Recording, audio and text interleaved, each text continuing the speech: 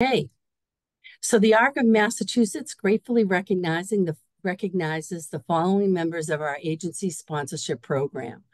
Thank you. We couldn't do it without you. Today's webinar focuses on creating your best individual support plan, ISP. It will help you understand your role. You will learn about ISP rules from the Department of Developmental Services, DDS, and get tips for how to develop an ISP that works for you. This presentation was developed directly from the DDS Regulations and Policy Manual. It also includes information from the workbook I is for Individual and other advocacy groups. Links to these resources are on the last slide. You will receive a copy of the slides after the presentation. The webinar is also being recorded and will be available for viewing on the ARC's YouTube channel. Please put questions in the chat and we will go over them after the presentation. Good afternoon and welcome. My name is Jackie Doherty. I'm the Director of Education and Outreach for the ARC of Massachusetts. My colleague and co-presenter is Dianne Huggon, Education Consultant and Support Broker.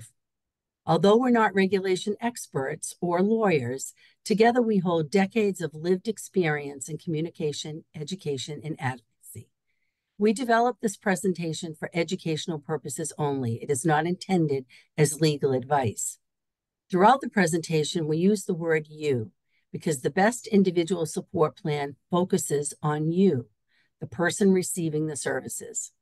We also recognize that the people closest to you, your family and friends, people we will refer to as your allies, are also important.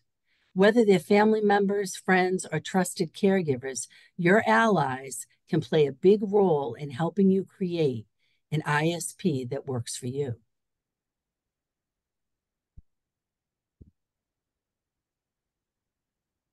The ISP is your plan for a good life. It starts with a vision for your future that includes your strengths, what you need to be successful, and goals to make your vision possible. The ARC of Mass has taken the lead on this webinar. But going forward, we'll be developing other informational materials in partnership with the Mass Alliance for 21st Century Policy, also known as MA21.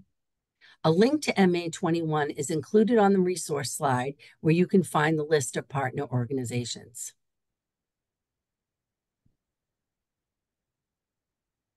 DDS determines the services and supports you need based on your individual support plan. Let me repeat that. DDS determines the services and supports you need based on your ISP. It is a very important document, which is why you need to be the one that takes the lead in developing an ISP that works for you. An ISP that works for you imagines your future based on your strengths and interests, sets goals and objectives that make your vision possible, provides the funding, supports, and services you need to be successful, enables choice for activities you enjoy and skills you want to develop.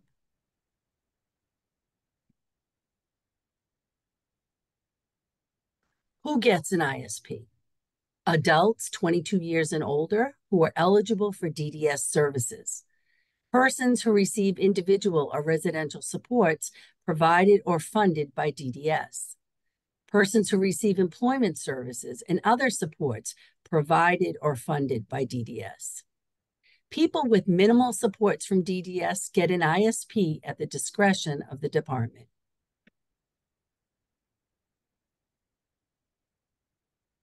Who is on the ISP team? You, the person receiving the supports and services, your guardian, if you have one, and friends and allies you want to invite. Your DDS service coordinator, your service providers, and other caring professionals. As I mentioned earlier, your allies are family and other people you trust who know you well and can help you develop a good plan for your life. Other caring professionals are people who know you well, such as your doctor, teacher, or therapist that you want to include.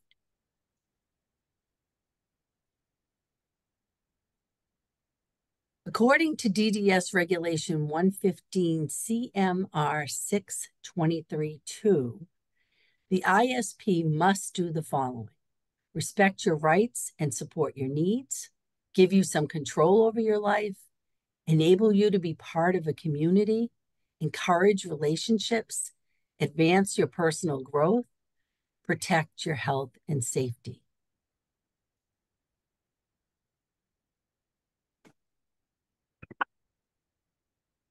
For today's purposes, we're going to focus on the vision and goals section of the ISP, but this slide provides a quick overview of the 7 key parts of the document, which are the vision statement, which describes what's important to you, how you want to live, work, and have fun. The vision is meant to be a snapshot of your hopes, wishes, and dreams over the next 2 years. The current support section, which describes where you live, how you spend your time, and the services you receive now. It has several subsections such as home, community, employment, day, health and dental, medications, adaptive equipment, assistive technology, and clinical. This section of the ISP also identifies the manner in which services are provided, traditional versus self-directed, which we will discuss those models more fully in a later webinar. The safety section identifies your safety skills and supervision needs.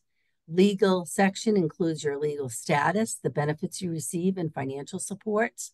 The successes section highlights specific events and experiences that have had a significant impact on you or may impact you in the future. Goals lists the goals that are areas to work on in support of your vision, and the objectives are the steps that you will take to show you're making progress in meeting your goals.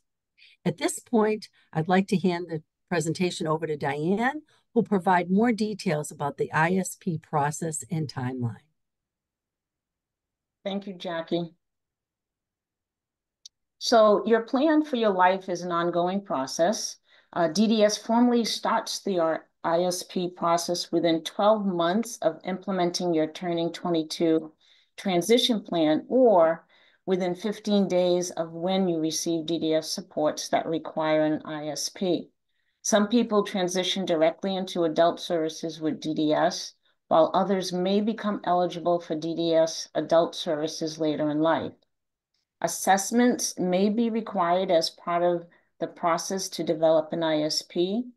Evaluating an area of need or support, such as technology, communication skills, daily living skills, and social relationships. As mentioned earlier, our goal is to present on different topics, and assessments being one of them. The ISP process with DDS. The ISP is a 2-year plan with annual reviews and updates. You have the right to accept or reject your ISP within 30 days of receiving it. If you don't respond, it's considered accepted. You have the right to request a change to your ISP at any time. This process is called requesting an ISP modification.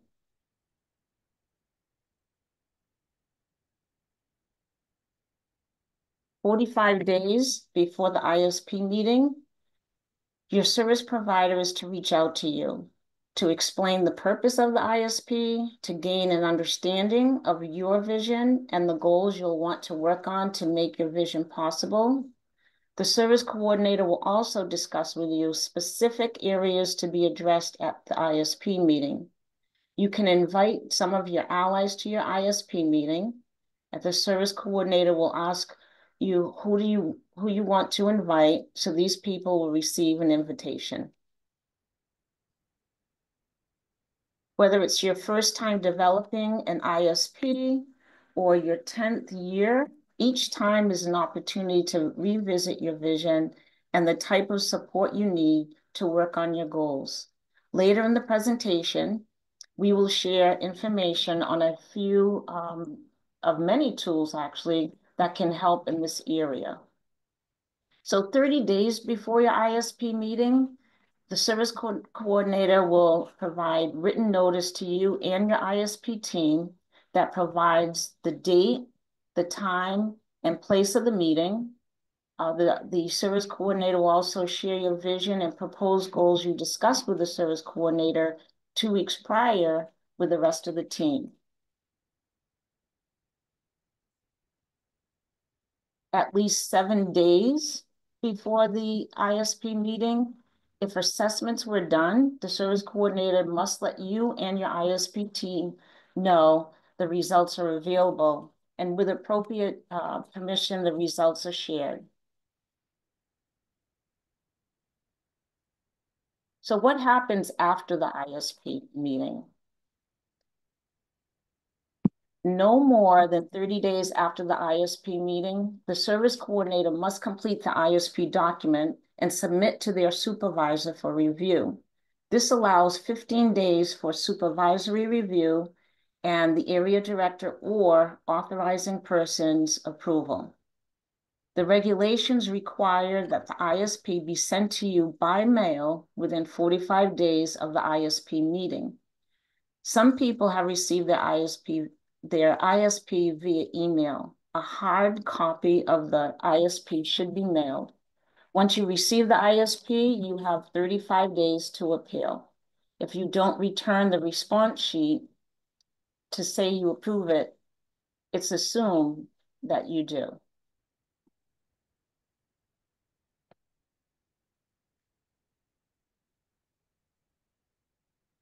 And Jackie? Thanks. The important thing to remember is don't wait to begin planning. Knowing what you want for your future takes time. Discuss your hopes and what's important to you with your allies before the ISP meeting. If it's your first ISP, think about what you enjoyed about school, how you like to spend your time, what skills you want to work on. If you're preparing for an ISP review, discuss last year's vision and goals with your family and allies. What could be better? Use tools that can help you organize the information.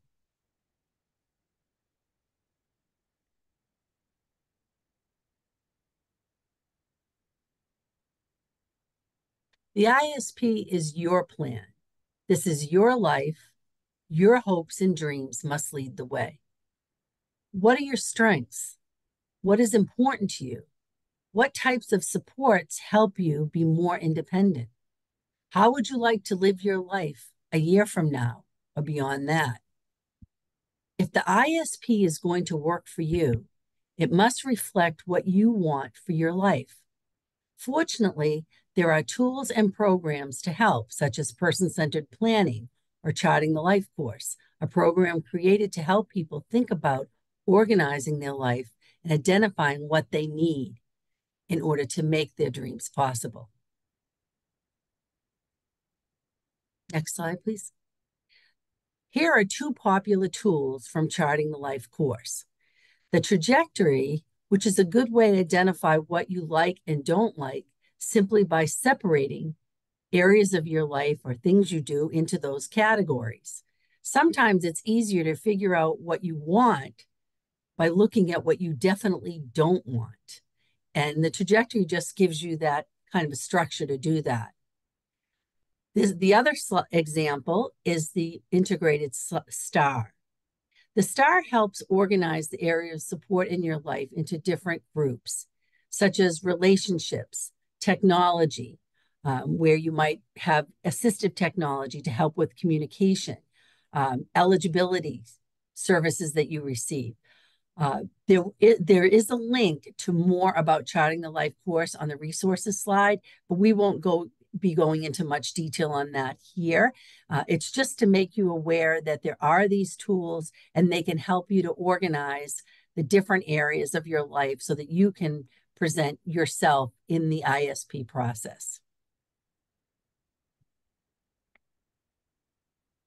These 4 questions are actual questions on the ISP document. We paraphrased them a little bit here, but again, and I'll list the questions. What important activities and relationships do you want to be involved in? What would you like to explore or learn more about? What does someone need to know to provide you with effective supports? What are your strengths and abilities? What would you like to see happen in your life over the next 2 years? Your service coordinator discusses these questions with you as a way to help you develop your vision. Now I'm going to hand it back over to Dianne, who will share an example of vision and goals and objectives that support it. Dianne? Thanks, Jackie. So here's an example. Here's Jacob's vision, right? So Jacob shares his vision. He enjoys socializing with people. He wants to build meaningful friendships with people who have similar interests. Jacob wants to express his thoughts and feelings more freely with less frustration. He wants to make his own choices about how he spends his day. And Jacob enjoys being outdoors to work on his photography. His desire is to be in his community and share his art. He also wants to get back to working on composing music. It's important to point out that Jacob's vision does not describe anything about his disability. This is a person-centered vision that's focused on his dream, his interest, and what will make him happy and enjoy life. So we talked about goals, or we want to talk about goals, right? Goals, SMART goals support your vision.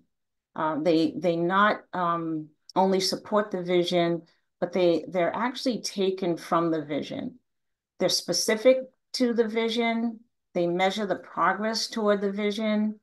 Goals are achievable, and they relate to your interest described in your vision.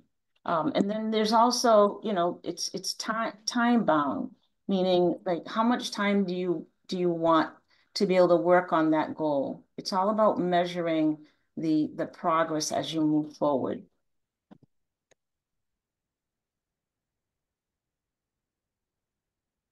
So these are key areas in Jacob's vision.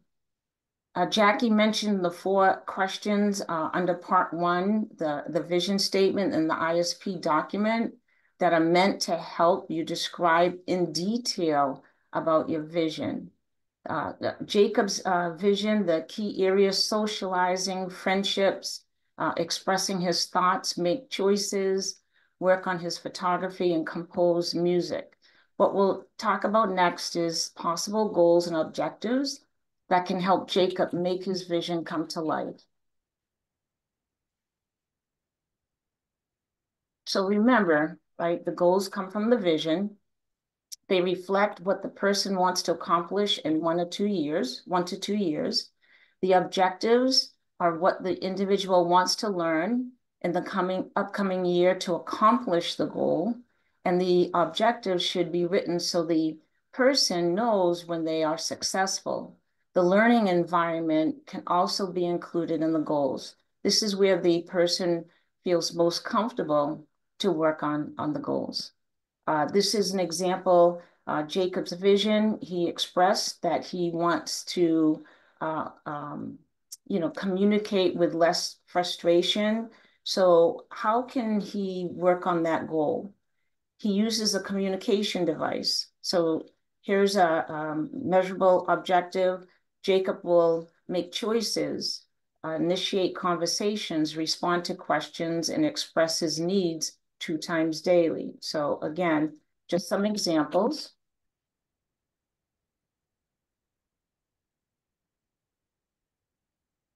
And then community membership is also important to Jacob. He expressed his desire to meet people and make friends. This goal, number 2, allows him to be in his community, share his strength and interest, one being photography. So his goal is to also express his thoughts more freely. Envision Jacob having a conversation with someone and independently sharing or saying, "I had fun." So that was an objective, right? A 3-word sentence that describes something that he did. Jacob also expresses himself through his photography. He enjoys taking photos of what makes him happy. So another objective could be through photography, he can create a video of the different places he traveled to and share it with people.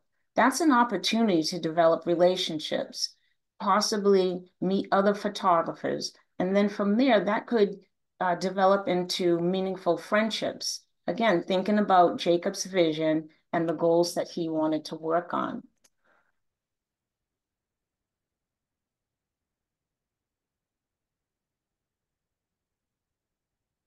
And one more example, a goal to support Jacob's vision.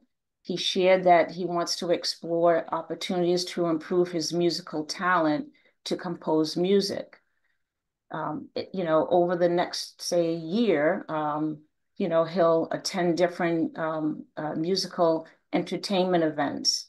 He'll explore and participate in at least one opportunity every week to increase his knowledge in music.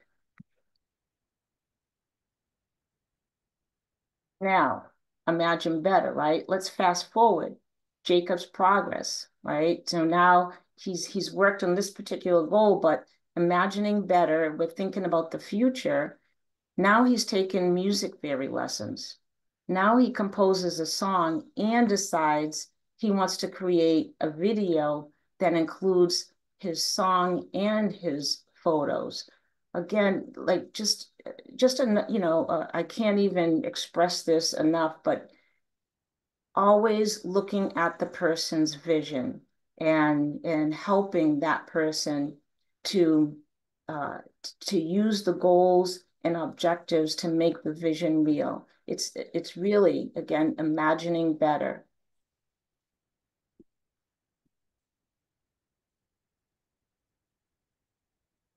So an effective ISP shaped by the vision of a good life focuses on what the person needs to support their vision, includes goals and objectives that work toward the vision, and can be modified as the person's needs change. The ISP is such an important document. We've mentioned that more than once. So the ISP is your plan. Make sure it is a person-centered plan, that it's all about you. Take the lead in deciding your vision for the future and the supports you need to make your vision come true. Jackie had mentioned the resources that we use to put this presentation together.